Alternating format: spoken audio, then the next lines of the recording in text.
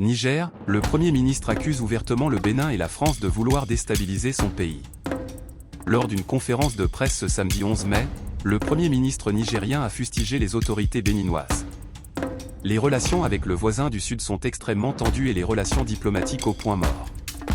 En cause, la fermeture de la frontière côté nigérien et le blocage des exportations d'hydrocarbures de l'autre. Entouré de certains membres du gouvernement et du ministre du Pétrole, le Premier ministre du Niger, Ali Mahaman Lamine Zein, accuse les autorités béninoises de vouloir asphyxier économiquement le Niger.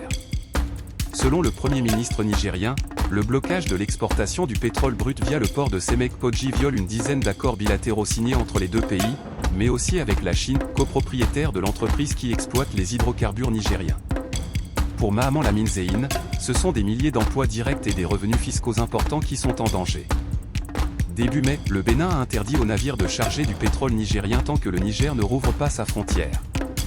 Le Premier ministre nigérien Mahaman Lamine Zein a affirmé avoir des preuves de la présence de 5 bases françaises au Bénin.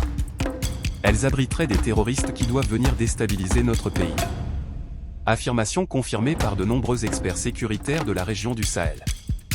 Il est clair qu'il existe entre le Bénin et la France une très étroite coopération militaire. Ce qui fait dire à plusieurs analystes qu'il n'est pas exclu que des militaires français au Bénin collaborent avec certains groupes armés.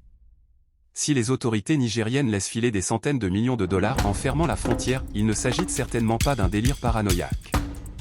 La menace existe bel et bien. Et d'ailleurs, le Premier ministre, Lamine Zein, a appelé le gouvernement chinois à jouer le médiateur afin de faire comprendre aux autorités de Cotonou que les menaces de déstabilisation du Niger ne vont pas dans le sens des intérêts ni du peuple béninois, ni des peuples de la région et encore moins de la Chine qui a investi plus de 6 milliards de dollars dans le pipeline qui relie le Niger au Bénin.